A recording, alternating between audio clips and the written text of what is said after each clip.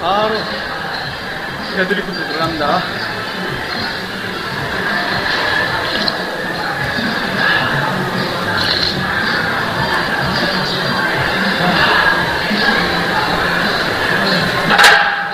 제 데드리프트 무게는 최대 120, 물론 몸무게를 제외하고 있습니다. 그렇기 때문에 현재 지금 60, 60에서 출발해서 60, 60에서 출발해도 큰 무리가 없을 거라고 지금 봅니다. 특히 스텔비에 제가 데드리프트를 하는데 스피드가 가장 큰 역할을 해주는데, 이 그립감이, 저는 손님이 매우 약한 편이고 그립감이 떨어지기 때문에 스텝을 통해서 무게 컨트롤하는 방식을 유지하고 있습니다. 이 방법에 대해서 논란은 할 수 있는데, 올림피아라든가 아주 클래식에 나오는 정상급 선수도 그립감에 대해서만큼은 그다지 큰 문제를 제기하지 않았고 주의사항을 갖다 붙이지 않는 걸로 알고 있습니다. 물론 이거는 이제 머슬 앤 피트니스 잡지를 통해서 알게 된 내용이고요. 어디 보자.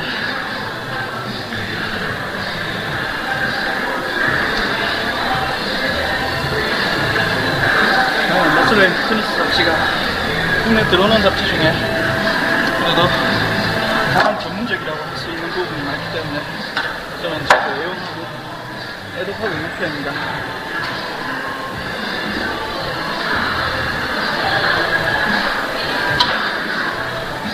바로 데드리프트를 합니다. 저 같은 경우에는 운동할 때 운동하는 방식이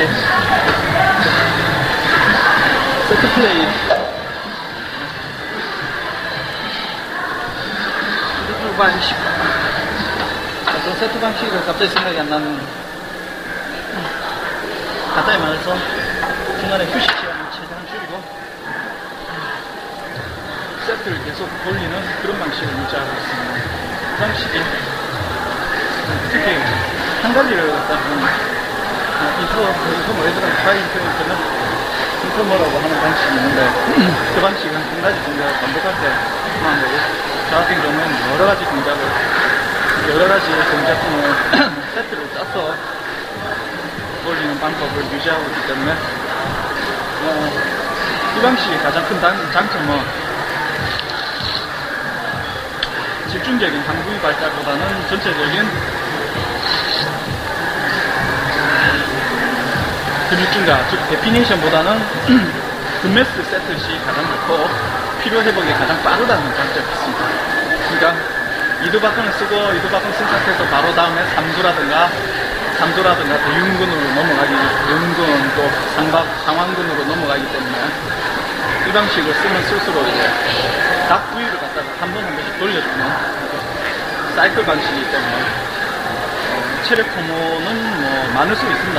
솔직히 체력 소모는 총괄적인 체력 소모는 많을 수 있는데 근육 한 부위 근육은 계속 글리코겐이나 이런 에너지 소모를 갖다가 당분 에너지 소모를 컨트롤할 수 있는 장점이 있습니다. 대신 이제 매번 할 때마다 제가 느끼기에는 집중력을 가지고 노력해야 될 부분이 있습니다. 집중력이 떨어지면 그냥 뭐 아무 의미 없는 노동에 불과하고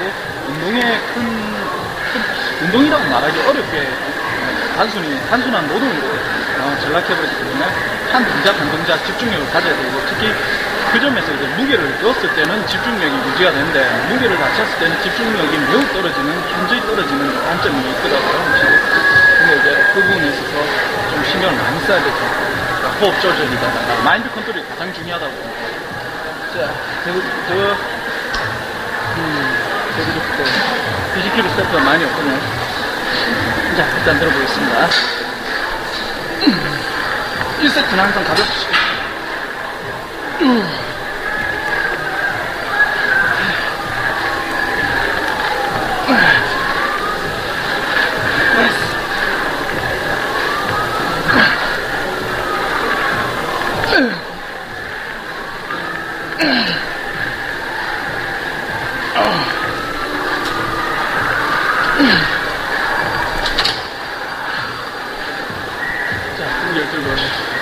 되도록이면은 내려갈 때 올라갈 때 동작은 어깨 다시 뒤로 제껴주고 내려갈 때 동작은 무릎 되도록 무릎 아래까지. 그리고 역시나 호흡에 맞춰서 천천히 움직이는 게 중요하다고 봅니다.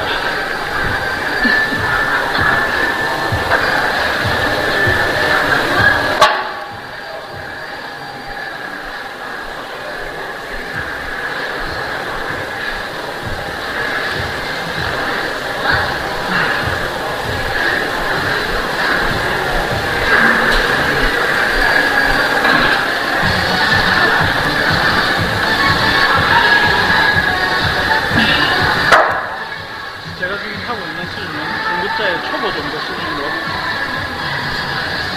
어느 정도 수준을 맞춘다 생각했을 때는 내 수준을 봤을 때는 중급자의 중간급, 중급자의 3급 내지는 상급자 초반까지 가야 대회에 나갈 수 있는 몸이 만들어진다고 말할 수 있습니다. 저는 완전히 아직까지 애송이죠. 동영상을 보시는 분들이 전문 트레이너라든가 정도 일정 수준 이상 운동을 하고 계신 분들 보자면 이제 확실히 애송이로밖에 안 보일 겁니다. 이 빈약한 하체, 빈약한 몸 나중에 보시겠지만 복근도 매우 빈약합니다.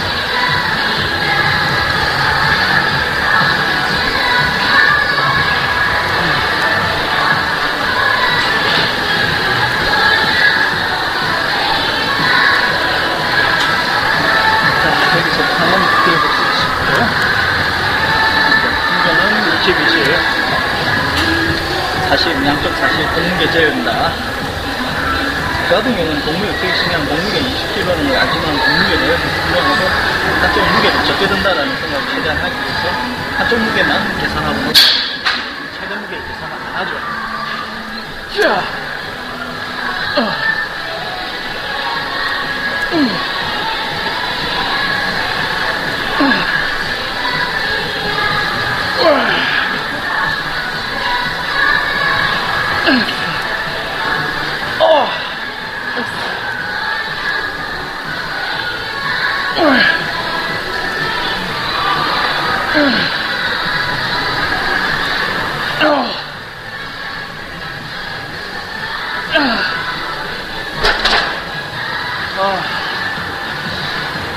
정문 선생님 같은 경우는 220, 250까지 데드리프트를 하시고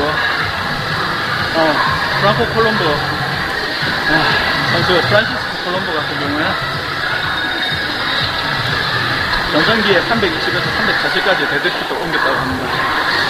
올라다가 뭐 대단한 수준으로 마린 무게가 작은 조랑말 같은 경우는 마린 무게가 200kg 정도 되고 소화 같은 경우에는 암소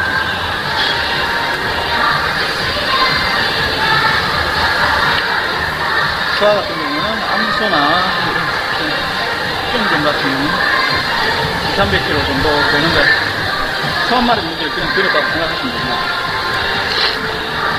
그러니까 그리스 로마 신화에 읽어보신 줄 알겠지만 송아지 때부터 송아지 때부터 들었지만 나중에 큰 소도 들 수 있더라라는 게 불가능한 것까지는 아닙니다. 파워리프터 같은 경우에도 한 400kg까지, 400, 500kg까지 스피시로 드는 사람도 있습니다. 인간 상계는 놀라운 거죠. 근데 이제 바디빌더라는 개념에서 보면은 보통 200, 300까지 들 수 있다라는 걸 참고하는 것이고 그 정도가 돼야 이제 상급자의 최우선, 최하이 클래스라고 말을 할 수 있습니다. 상위 클래스라고 말을 할 수 있습니다.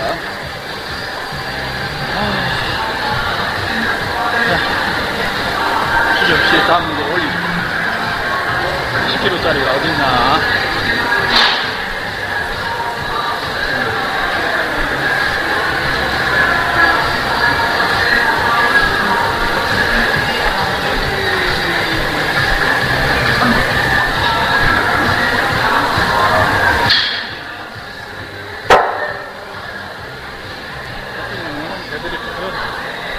오늘 같은 경우는 풀세트를 돌아야 되거든요.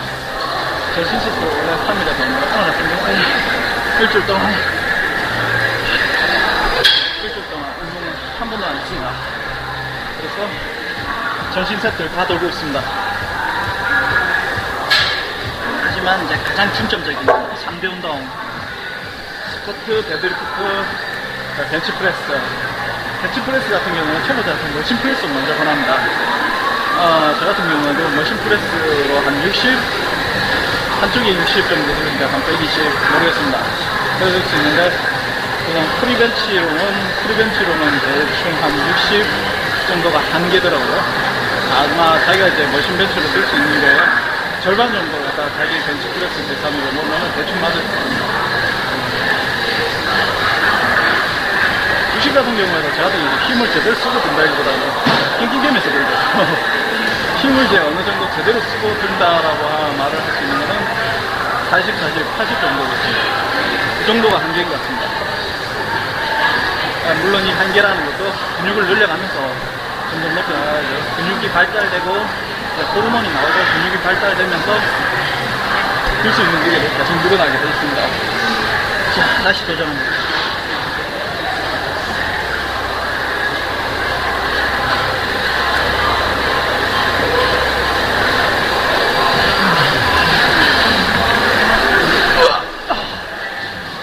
좀 무겁네요.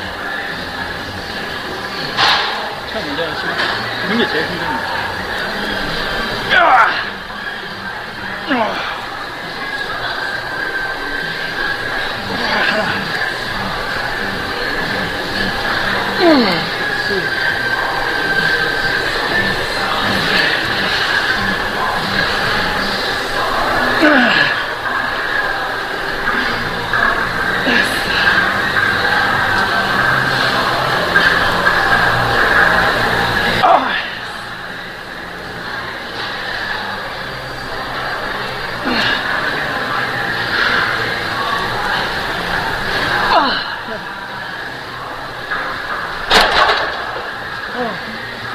네, 안녕하세요.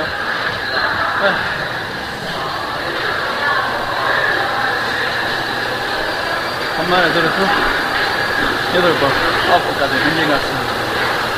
허리 너무 아픕니다.